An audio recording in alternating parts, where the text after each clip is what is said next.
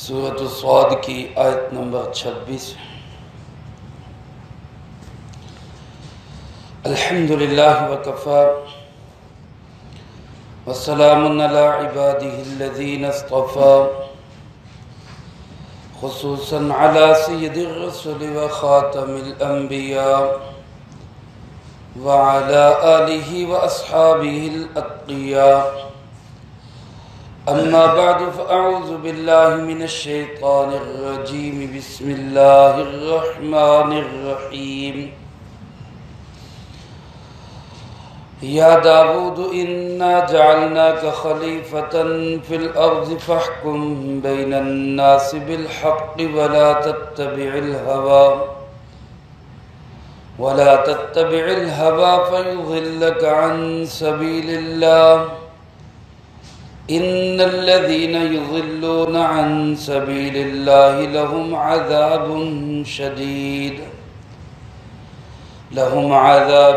شديد بما نسوا يوم الحساب، وما خلقنا السماء والأرض وما بينهما باطلا، ذلك ظن الذين كفروا فويل للذين كفروا من النار۔ أم نجعل الذين آمنوا وعملوا الصالحات كالمفسدين في الأرض أم نجعل المتقين كالفجار؟ كتاب أنزلناه إليك مبارك ليدبروا آياته وَلِيَتَذَكَّرَ أُولُو الْأَلْبَابِ۔ یا داود، اے داود علیہ السلام، اِنَّا جَعَلْنَاكَ خلیفہ، بے شک ہم نے تجھے خلیفہ بنایا، فی الارض زمین میں، فاحکم بین الناس بالحق، سو تو فیصلہ کر لوگوں کے درمیان حق اور انصاف کے ساتھ، وَلَا تَتَّبِعِ الْهَوَىٰ، اور خواہشات کی پیروی مت کر، فَيُضِلَّكَ عَن سَبِيلِ اللَّهِ، ورنہ تو اللہ کے راستے سے بھٹک جائے گا۔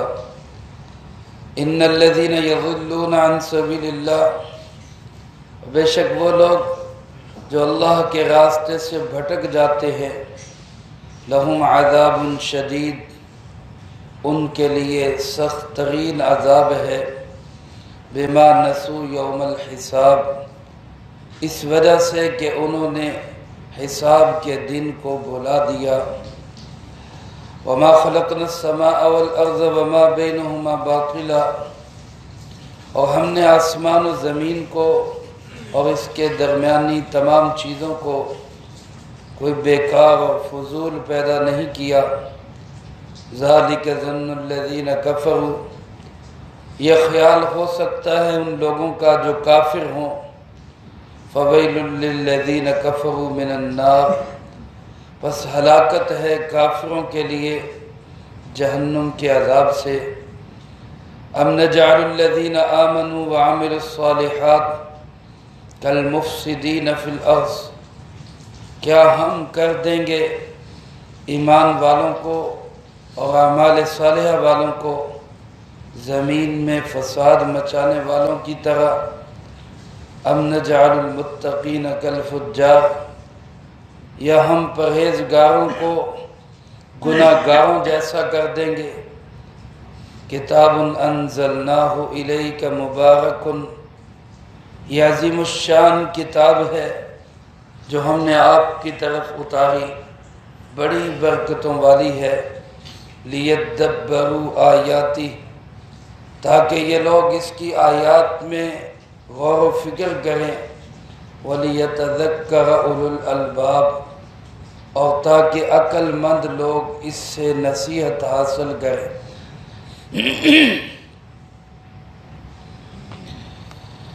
ان آیات مبارکہ میں سے پہلی آیت مبارکہ میں اللہ رب العالمین نے حضرت سیدنا داؤد علی نبینا وعلیہ الصلاۃ والسلام کو مخاطب بنا کر ان کے اعزاز کا بھی ذکر کیا اور ان کو کچھ نصیحتیں بھی کی، جو نصیحتیں میرے اور آپ کے لیے بھی ہیں، آج کی اس امت کے بالخصوص وہ لوگ جو مقتدا اور پیشوا ہیں ان کے لیے بھی وہ نصیحتیں ہیں۔ اور اس کے علاوہ اللہ رب العالمین نے ان آیات مبارکہ میں فکر آخرت دلائی، آخرت کے اندر کیا ہوگا۔ حضرت داؤد علیہ السلام کو مخاطب فرما کے اللہ پاک ارشاد فرماتے ہیں، اے داؤد انا جعلناک خلیفۃ فی الارض، زمین میں خلافت ہم نے آپ کو دی ہے، ہم نے آپ کو زمین میں خلیفہ بنایا۔ اصل تو اللہ رب العالمین کے خلیفہ اور اللہ رب العالمین کے نائب، سب سے پہلے نائب اور سب سے پہلے خلیفہ حضرت سیدنا آدم علی نبینا وعلیہ الصلاۃ والسلام، جن کو اللہ رب العالمین نے خلافت دے کر اس زمین پہ اتارا، اور اس کے بعد سارے ہی انبیاء علیہ الصلاۃ والسلام اللہ رب العالمین کے خلیفہ ہیں، اور اللہ رب العالمین کی نیابت کے اندر، ان انبیاء علیہ الصلاۃ والسلام کی نیابت کے اندر ختم نبوت کے صدقے جناب محمد کریم صلی اللہ علیہ وسلم کے امتی بھی اللہ رب العالمین کے خلیفہ ہے۔ ہم سب کی ذمہ داری ہے کہ خلافت کے اس بوجھ کو اٹھائے اور اللہ کی زمین پہ اللہ کے نظام کو چلانے کی کوشش کرے، یہ ہم سب کی ذمہ داری ہے۔ حضرت داؤد علیہ السلام کو اللہ پاک نے نبوت بھی عطا کی، اس کے ساتھ ساتھ بادشاہت بھی عطا کی، تو اللہ پاک نے فرمایا کہ اے داؤد آپ کو زمین میں یہ جو بادشاہت اور مملکت اور حکومت ملی ہے، یہ بادشاہی نہیں ہے، یہ میری خلافت ہے، آپ میرے خلیفہ ہیں۔ آپ کا کام یہ ہے کہ جب آپ کے سامنے کوئی مقدمہ پیش ہو تو فاحکم بین الناس بالحق، لوگوں کے درمیان عدل اور انصاف کے مطابق فیصلہ کریں۔ میرے محترم دوستو، اسلام نے اس بات پر پابندی نہیں لگائی کہ جو خلیفہ ہو وہی قاضی بھی ہو۔ حضرت داؤد علیہ السلام خلیفہ بھی تھے، حاکم وقت بھی تھے، اور بیک وقت قاضی بھی حضرت داؤد علیہ السلام خود ہی تھے، یعنی صدر بھی خود تھے اور چیف جسٹس بھی حضرت داؤد علیہ السلام خود ہی تھے۔ اور اس بارے میں اسلام نے کوئی پابندی نہیں لگائی کہ یہ ایسا نہیں ہو سکتا، بلکہ اس کو انسانوں کی اپنی ثوابدید پہ چھوڑا ہے۔ اگر تو نیکی اور صلاح کا زمانہ ہو، خوف خدا کا زمانہ ہو، تقوی ایمانداری کا زمانہ ہو، تو بیک وقت بادشاہ وقت قاضی وقت بھی ہو سکتا ہے، جیسا کہ خلفائے راشدین کے زمانے میں ایسے ہی تھا۔ حضرت سیدنا ابو بکر صدیق رضی اللہ تعالیٰ عنہ، عمر فاروق رضی اللہ تعالیٰ عنہ، حضرت عثمان، حضرت علی کرم اللہ وجہہم، یہ حضرات براہ راست خلیفہ بھی تھے اور خلافت کے ساتھ ساتھ یہ قاضی بھی تھے، حاکم بھی تھے، فیصلے بھی خود کرتے تھے۔ لیکن اگر کہیں حالات ایسے ہوں کہ تقوی، صلاحیت، ایمانداری وہ مشکوک ہو جائے تو پھر وہاں پہ بادشاہت کو الگ کیا جا سکتا ہے، قضاء کے عہدے کو الگ کیا جا سکتا ہے۔ یہ ایک انتظامی مسئلہ ہے، وہ شرعی مسئلہ نہیں ہے۔ اس لیے آپ حضرات دیکھتے ہیں کہ حضرات خلفائے راشدین کے بعد جتنے حضرات وہ بادشاہ بنتے رہے، وہ بادشاہ الگ ہوتا تھا، قاضی القضات یا چیف جسٹس یا قاضی کا عہدہ وہ الگ ہوتا تھا، تاکہ سب کا وہ بغیر کسی ڈنڈی مارے اور بغیر کسی کی رعایت کیے ہوئے سب کا احتساب ہو سکے۔ لیکن آج کل ماحول اس سے بھی زیادہ بگڑ چکا، بے ایمانی عروج پر ہے۔ اب اگر بادشاہ جو ہے وہ بے ایمان ہوتا ہے، صدر وزیر بے ایمان ہوتا ہے، تو قاضی اس کو سپورٹ پیش کرتا ہے۔ آج سپہ سالار اگر وہ خرابہ کرتا ہے تو عدالت میں بیٹھا ہوا جج اس کو رعایت دے کر یا اس سے ڈر کر یا اس سے رشوت لے کر وہ اس کے حق میں فیصلے دے دیتا ہے۔ یہ ماحول بگڑتا کیوں ہے؟ اللہ پاک نے اس کی وجہ بھی آگے ارشاد فرما دی، فرمایا وَلَا تَتَّبِعِ الْهَوَىٰ، لوگوں کے درمیان عدل اور انصاف کے مطابق فیصلہ کرنا ہے اور خواہش کی پیروی نہیں کرنی۔ یہ جو خواہش کی پیروی ہوتی ہے، خواہشات کے پیچھے چلنا ہوتا ہے، فرمایا فَيُضِلَّكَ عَنْ سَبِيلِ اللَّهِ، یہ اللہ کے راستے سے تجھے بھٹکا دے گا۔ اگر ایک انسان حق کا راستہ چھوڑ دیتا ہے، ضلالت و گمراہی کا راستہ اختیار کرتا ہے، تو اس کی بنیادی وجہ وہ خواہش کی پیروی ہوتی ہے، اپنی من چاہی زندگی۔ اگر ایک حاکم وقت، صدر پاکستان، وزیر اعظم Pakistan, chief justice of Pakistan, chief of army staff of Pakistan, سب کے دل کے اندر خواہش کی پیروی ختم ہو جائے، اپنی خواہش، میری مرضی، میرے حکم کے مطابق چلو، یہ ختم ہو جائے، تو پھر اس ملک کے اندر کیا یہی پوری دنیا کے لیے نمونہ ہوگا، اور ایسی جگہوں پہ پھر اللہ کی رحمتیں برکتیں اترتی۔ حضرات خلفائے راشدین نے اسی خواہش کی پیروی کو ختم کیا، اپنی ذاتی کوئی خواہش نہیں تھی، جو کچھ تھا وہ اسلام کے لیے تھا، اللہ کے لیے تھا۔ آج میرے محترم دوستو، اسی کی جگہ پہ نیچے سے لے کے اوپر تک ہر جگہ خواہش کی پیروی آ گئی، اپنی من مانی آ گئی۔ اس کا نتیجہ ہے ادارے تباہ ہے، خرابی عام ہے، لوگ ایک دوسرے کے دست و گریبان ہے، حکمران پبلک کے ساتھ لڑ رہے ہیں، پبلک حکمرانوں کے سے بدزن ہوئی پڑی ہے۔ یہ نتیجہ ہے خواہشات کی پیروی کا۔ حدیث پاک میں آپ صلی اللہ علیہ وسلم نے ارشاد فرمایا، جس کا مفہوم یوں ہے کہ تیرا سب سے بڑا دشمن وہ ہے جو تیرے اندر بیٹھا ہوا ہے، سب سے بڑا دشمن۔ میرا من کیا چاہتا ہے، میرا جی کیا چاہتا ہے، اور جو میرا من چاہے گا میں وہ کروں گا۔ میں اللہ کے حکم کا پابند نہیں، میں شریعت کا پابند نہیں، میں قرآن و سنت کا پابند نہیں، میں اپنی مرضی پہ چلوں گا۔ یہ انسان سب سے بڑا گمراہ ہوتا ہے۔ فَيُضِلَّكَ عَنْ سَبِيلِ اللَّهِ، فرمایا تجھے اللہ کے راستے سے یہ ہٹا دے گا۔ عبد الملک ابن مروان کے بیٹوں میں ایک بادشاہ گزرے، ولید ابن عبد الملک بادشاہ تھا۔ اس کو کسی نے نصیحت کی، کسی عالم دین نے اس کو سیدھا راہ دکھایا، بھئی یہ سیدھا راستہ ہے، ایسے نہ کرو۔ تو وہ کہنے لگا کہ تو مجھے بھرے دربار میں مجھے بادشاہ کو ٹوک رہا ہے، تجھے پتہ نہیں کہ میں 36 لاکھ مربع میل کا حاکم، اور تو مجھے ٹوک رہا ہے؟ تجھے بولنے کا انداز نہیں پتہ، بادشاہ کے سامنے کیسے بولتے؟ تو اس عالم دین نے کہا ذرا حوصلہ رکھ، تجھ سے بڑا بادشاہ اور تجھ سے بہتر بادشاہ حضرت داؤد علیہ السلام تھے، اور ان کو بھی اللہ رب العالمین نے اسی انداز سے فرمایا تھا کہ اگر آپ انصاف نہیں کریں گے، خواہش کی پیروی کریں گے، تو آپ سیدھے راستے سے بھٹک جائیں گے۔ وہ تجھ سے بھی بہتر بادشاہ تھے، اللہ کے نبی بھی تھے، بادشاہ بھی تھے، اور پھر ان کی مملکت اور حکومت بھی تجھ سے بڑی تھی۔ جب اللہ پاک نے ان کو فرمایا کہ خواہش کی پیروی کرو گے تو بھٹک جاؤ گے، تمہاری کیا حیثیت ہے؟ اور آج کے حکمران اس کے مقابلے میں کیا حیثیت رکھتے ہیں؟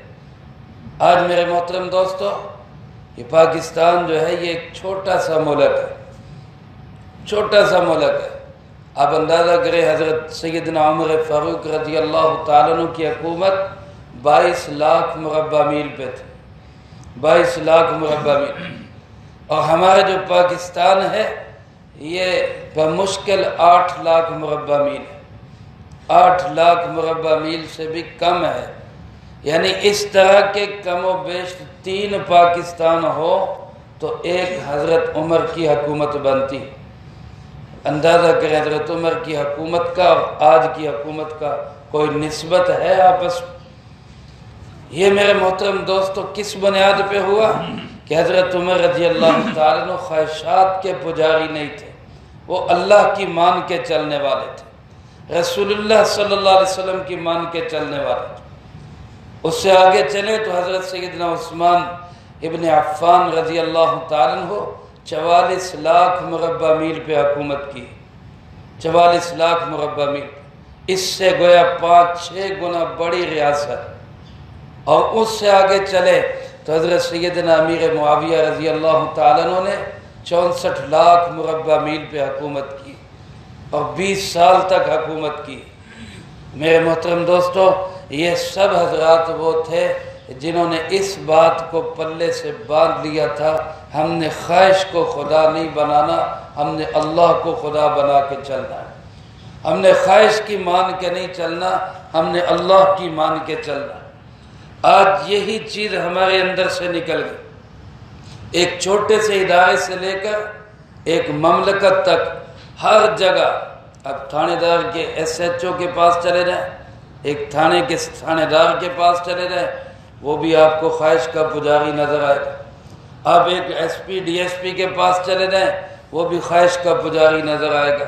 آپ اس سے آگے RPO یا DPO کے پاس چلے جائیں، وہ بھی آپ کو خواہش کا پجاری نظر آئے گا۔ اس سے آگے ہوم سیکرٹری، وزیر اعلیٰ، وزیر اعظم کی طرف چلے جائیں، سب خواہشات کے پجاری نظر آئیں گے۔ ایک چھوٹے سے ادارے سے لے کر بڑے سے بڑے ادارے تک ہر جگہ اپنی خواہش کی پوجا ہو گئی۔ اس کا نتیجہ یہ ساری تباہی اور بربادی۔ میرے محترم دوستو، کتنے خوبصورت قرآن کریم کے کلمات ہیں، صرف ایک بات کے اندر پورے دریا کو کوزے میں بند کر دی۔ اے داؤد، اپنی خواہش کی پیروی نہیں کرنی، اپنی من چاہی زندگی نہیں گزارنی۔ فَيُضِلَّكَ عَنْ سَبِيلِ اللَّهِ، ایسا کرے گا تو سیدھے راستے سے بھٹک جائے گا۔ علماء نے لکھا ہے کہ دنیا کا یا دین کا کوئی بھی عہدہ کسی کو دینا ہو تو پہلے یہ دیکھ لینا چاہیے کہ یہ شخص، اس کا کردار کیا ہے، اس کا اخلاق کیا ہے، امانت دیانت کیا ہے، اور یہ خواہشات کا کتنا پجاری ہے، اس کی اپنی زندگی کیسی ہے، خواہشات کے پیچھے چلنے والا کتنا ہے۔ اس کو دیکھ کر دنیا کا کوئی بھی عہدہ کسی کو بھی دینا چاہے۔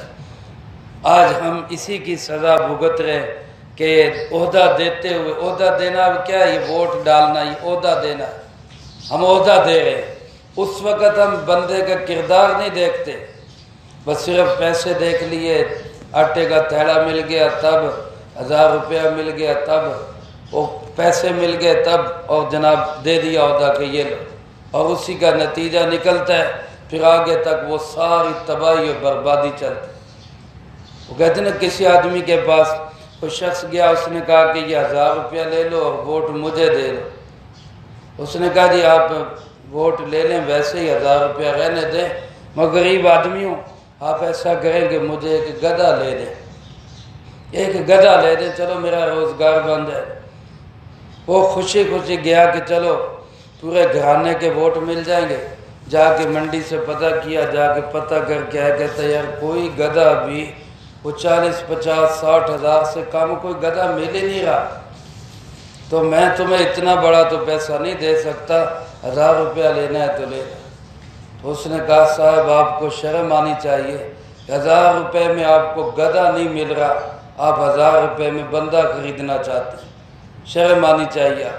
اور ہم بک جاتے ہیں، گدھا بھی اپنی قیمت لے کے بکتا ہے اور ہم اس سے بھی کم قیمت میں بک جاتے ہیں، اسی کا نتیجہ پھر آگے تباہی اور بربادی ہوتی ہے۔ اس لیے کسی کو بھی کسی عہدے کے قابل سمجھنے کے لیے، رائے دینے کے لیے کم سے کم یہ دیکھ لیا کریں کہ اس کا کردار کیا ہے، اس کی زندگی کیسی، خواہشات کی پوجا کر رہے ہیں یا شریعت کے مطابق زندگی گزار۔ اللہ پاک نے فرمایا ان الذین یضلون عن سبیل اللہ، وہ لوگ جو اللہ کے راستے سے بھٹک جاتے ہیں، خواہش کی پوجا کرتے کرتے اللہ کے راستے سے بھٹک جاتے ہیں تو پھر سن لو، فرمایا لہم عذاب شدید، ان کے لیے سخت ترین عذاب ہے، سخت ترین عذاب۔ اور یہ سخت ترین عذاب کیوں؟ کہ بما نسوا یوم الحساب، کیونکہ انہوں نے حساب کے دن کو بھلا دیا۔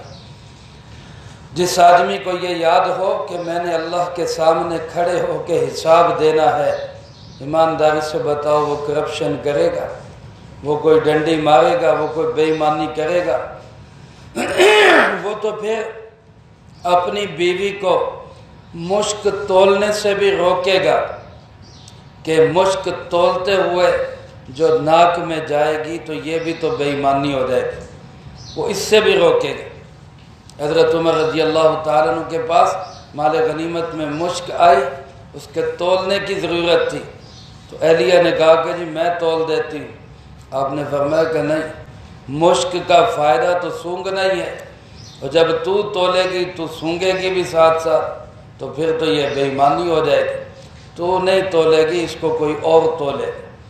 یہ احتیاط ہے، یہ آخرت کا ڈر اور فکر ہے، یہ خوف خدا ہے۔ میرے محترم دوستو، یہ تب ہوگا جب ہمارے اندر بھی یہ خوف خدا ہو، ہم بھی اپنے اندر یہ اللہ کا ڈر اور خوف پیدا کریں۔ اللہ پاک نے اس کے لیے ہمیں آخرت کے انجام کی طرف توجہ دلائی۔ فرمایا دیکھو ہم نے یہ ساری دنیا، سارا جہان، آسمان و زمین، یہ کوئی بیکار پیدا نہیں کیا، یہ کوئی ایک ڈرامے بازی نہیں ہے جیسے ایک سٹیج سجتا ہے، تماشا لگتا ہے، چند لوگ آتے ہیں سٹیج پہ اپنا کرتب تماشا دکھا کے چلے گئے، اس کے بعد کوئی نہیں، بس جھاڑ کے اپنا پلہ۔ یہ کوئی ایسی چیز نہیں ہے دنیا۔ وَمَا خَلَقْنَا السَّمَاءَ وَالْأَرْضَ وَمَا بَيْنَهُمَا بَاطِلًا، ہم نے اس دنیا کو فضول پیدا نہیں کیا، کسی مقصد کے لیے بنایا۔ اگر اس کو کوئی سمجھتا ہے کہ جی یہ بس یہ 4 دن کی زندگی ہے، جی موجیں کرو، فرمایا ذَلِكَ ظَنُّ الَّذِينَ كَفَرُوا، یہ کافروں کا خیال ہے، یہ کفریہ خیال ہے کہ دنیا کو ایسے کھیل تماشا سمجھ رہے۔ اور اللہ پاک فرماتے ہیں جو ایسے کافر ہوں گے ان کے لیے ہلاکت و بربادی ہوگی جہنم کی آگ سے۔ فَوَيْلٌ لِّلَّذِينَ كَفَرُوا مِنَ النَّارِ، کافروں کے لیے ہلاکت و بربادی ہے جہنم کی آگ کی۔ اللہ پاک ہم سے سوال کرتے ہیں، انسانوں سے پوچھتے ہیں، قرآن کریم کے ہر مخاطب سے پوچھتے ہیں کہ تم بتاؤ کہ کیا آخرت میں ہم ایمان والے اور اعمال صالحہ والے کو اور زمین میں فساد مچانے والے کو دونوں کو برابر کر دیں گے؟ دونوں کے درمیان کوئی انصاف نہیں ہوگا۔ ام نجعل الذین آمنوا وعملوا الصالحات کالمفسدین فی الارض، آج ایک گروہ جو زمین میں فساد مچا رہا ہے، اللہ کے حکموں کو توڑ رہا ہے، پامال کر رہا ہے، خواہشات کی زندگی پہ چل رہا ہے، اور ایک گروہ جو اپنی ساری خواہشات کا گلا گھونٹ کے اللہ کے دین کو سینے سے لگائے ہوئے، وہ تانے بھی سن رہے، وہ باتیں بھی سن رہے، وہ لوگوں کے طنز بھی برداشت کر رہے، روکھی سوکھی بھی کھا رہے، خواہشات کے بغیر اپنی زندگی بھی گزار رہے، تو کیا آخرت میں یہ دونوں برابر ہو جائیں گے؟ آخرت میں بھی ان کا کوئی انصاف نہیں ہوگا۔ دنیا کے اندر تو عام طور پہ بالخصوص آج کل کے حالات میں کہیں انصاف نہیں ملتا۔ غریب آدمی گوڈے رگڑتے رگڑتے مر جاتا ہے، عدالت سے اس کے فیصلے نہیں ہو رہے۔ دادا مقدمہ کرتا ہے، پوتے کے زمانے میں جا کے فیصلے ہو رہے، تاریخوں پہ تاریخیں پڑ رہی، اور قانون انصاف ملنے کی بجائے بکتا ہے، بکتا ہے۔ ہمارا عدالتی سسٹم ایسا بن چکا ہے، باقاعدہ طور پہ گواہیاں پڑھائی جاتی ہیں۔ وکیل کہتے جی ایدہ بیان دینا، جے تسی ایدہ بیان دیتا تھوڑے خلاف ہو جانا فیصلہ۔ یہ انصاف کہاں رہ گیا؟ انصاف تو ہے کہ جو ہوا ہے وہ بتاؤ، اور یہاں کیا کہتے ہیں کہ نہیں اس کو ایسے بتانا ہے تاکہ ہمارے حق میں فیصلہ ہو جائے۔ اب وہاں انصاف کیا ہوگا؟ پھر قاضی بک رہے ہیں، جج بک رہے ہیں۔ اللہ پاک فرماتے دنیا میں بھی ان کا کوئی فیصلہ نہ ہو، اور میں آخرت میں جب یوم الدین کا مالک میں ہوں گا، اللہ مالک ہوگا، روز جزا کا مالک جب اللہ ہوگا تب بھی کوئی انصاف نہ ہو، اور یہ سارے فسادی اور سارے غنڈہ گرد اور بدماش یہ مومن اور سارے لوگ ایک جگہ پہ میں اکٹھے کر دوں تو پھر فائدہ کیا رہے گا؟ یہ دنیا جہان کے بنانے کا فائدہ کیا ہوا؟ اللہ پاک ہم سے پوچھتے ہیں بتاؤ کیا ہے؟ تمہاری عقل میں آتا ہے کہ ایسا ہوگا؟ ام نجعل المتقین کالفجار، کیا ہم پرہیزگاروں کو اور فاجروں اور فاسقوں کو ایک جگہ اکٹھا کر دیں گے؟ یہ انصاف ہوگا؟ یہ عدل ہوگا؟ ایسی بات نہیں ہوگی۔ مالک یوم الدین، وہ روز جزا کا مالک ہے، وہ فاجروں کو الگ رکھے گا، وہ چوروں کو الگ رکھے گا، وہ ڈاکوؤں کو الگ رکھے گا، وہ کافروں منافقوں کو الگ رکھے گا، وہ گنڈہ گرد اور بدماشوں کو الگ رکھے گا، اور اپنے نیک صالح مومن بندوں کو، اپنی عبادت کرنے والوں کو الگ رکھے گا۔ وہ ایک نہیں، وہ دودھ کا دودھ اور پانی کا پانی کر کے رکھے گا، وہ ظالم اور مظلوم کا فیصلہ کر کے رکھے گا۔ تھوڑی دیر خاموشی۔ وہ ظالم اور مظلوم کا فیصلہ کر کے رکھے گا۔ وہ ایسا نہیں کہ جناب ٹھیک ہے جو جیسے چل رہا ہے وہ چلتا رہے، دنیا کے بھیڑ چال نہیں ہوگی وہاں پہ۔ اللہ پاک فرماتے ہیں ہم نجعل المتقین کالفجار، کیا ہم پرہیزگاروں کو اور گناہ گاروں کو ایک جیسا کر دیں گے؟ یہ کیسے فیصلے کر رہے ہیں؟ اللہ پاک فرماتے ہیں اگر اس کو سمجھنا ہے تو اس کے لیے میری کتاب ہے، کتاب، یہ عظیم الشان کتاب۔ آج میرے محترم دوستو، اس قرآن کی قدر نہیں ہم کر رہے، اس کتاب کی قدر نہیں کر رہے۔ آج ہمارے کاروباری اداروں میں چلے جائیں، ہمارے تجارتی مراکز میں چلے جائیں، ہمارے تاجروں سے جا کے کہیں بھائی سود چھوڑ دو، قرآن کا حکم ہے فَأْذَنُوا بِحَرْبٍ مِّنَ اللَّهِ وَرَسُولِهِ، اگر سود نہیں چھوڑتے اللہ اس کے رسول کے ساتھ جنگ کے لیے تیار ہو جاؤ، تو وہ کہتے ہیں مولوی صاحب اس قرآن کو مسجد میں لے جائیں، یہاں تجارتی مراکز میں نہ لائیں، یہاں اس کا کیا کام؟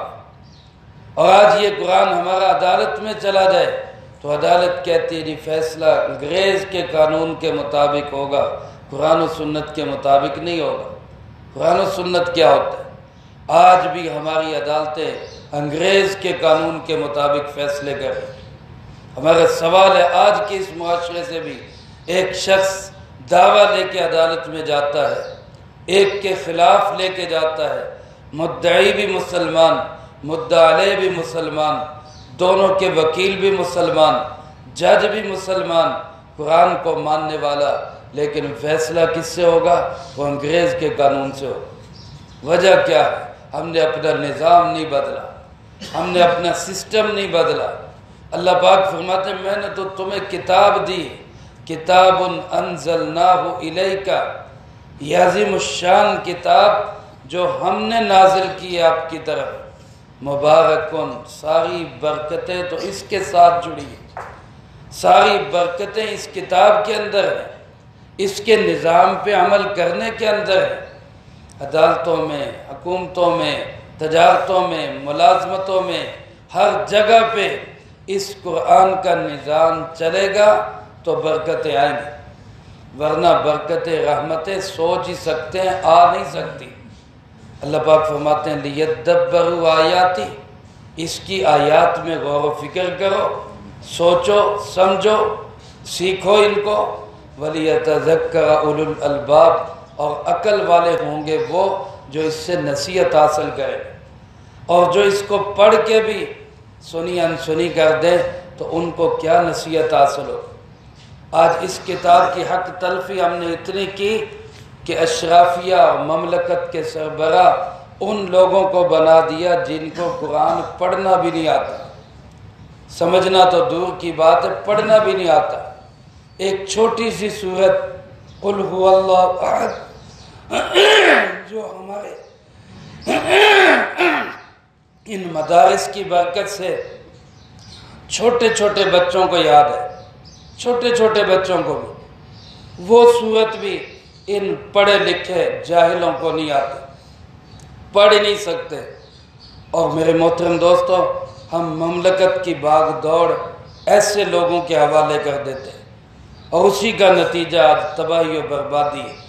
آج اگر ہم یہ سوچیں کہ ہم نے مملکت کا سربراہ اس شخص کو بنانا ہے جس کی زندگی میں قرآن ہے، جس کی زندگی میں سنت ہے، جس کی اپنی زندگی رسول اللہ صلی اللہ علیہ وسلم کی زندگی کے قریب ترین ہے، مطابق نہ صحیح قریب ترین ہے، تو ہم اس کو مملکت کی سربراہی سونپیں گے تو کیسے رحمتیں برکتیں نہیں آئیں گی۔ ہم اپنے آپ کو ٹھیک کریں۔ اپنے آپ کو ٹھیک کرنے کا جب کہا جاتا ہے تو خیال جاتا ہے کہ جی ہم نماز پڑھیں، ہم روزہ رکھیں، ٹھیک ہے، یہ بھی ٹھیک کرنا ہے، عبادات ہے، یہ بھی کرنا چاہیے، لیکن اپنے آپ کو ٹھیک کرنے کا مطلب اپنے سیاسی عمل کو ٹھیک کریں۔ سیاسی عمل ہمارا ٹھیک ہوگا تو آگے اللہ حکمران بھی ہمیں ٹھیک نصیب فرمائے گا۔ اللہ مجھے آپ کو سب کو قرآن و سنت کی صحیح سمجھ نصیب فرمائے، جو کہا سنا اس کو زندگی میں لا کے دوسروں تک پہنچانے کی توفیق عطا فرمائے۔ اللہم انت السلام و منک السلام۔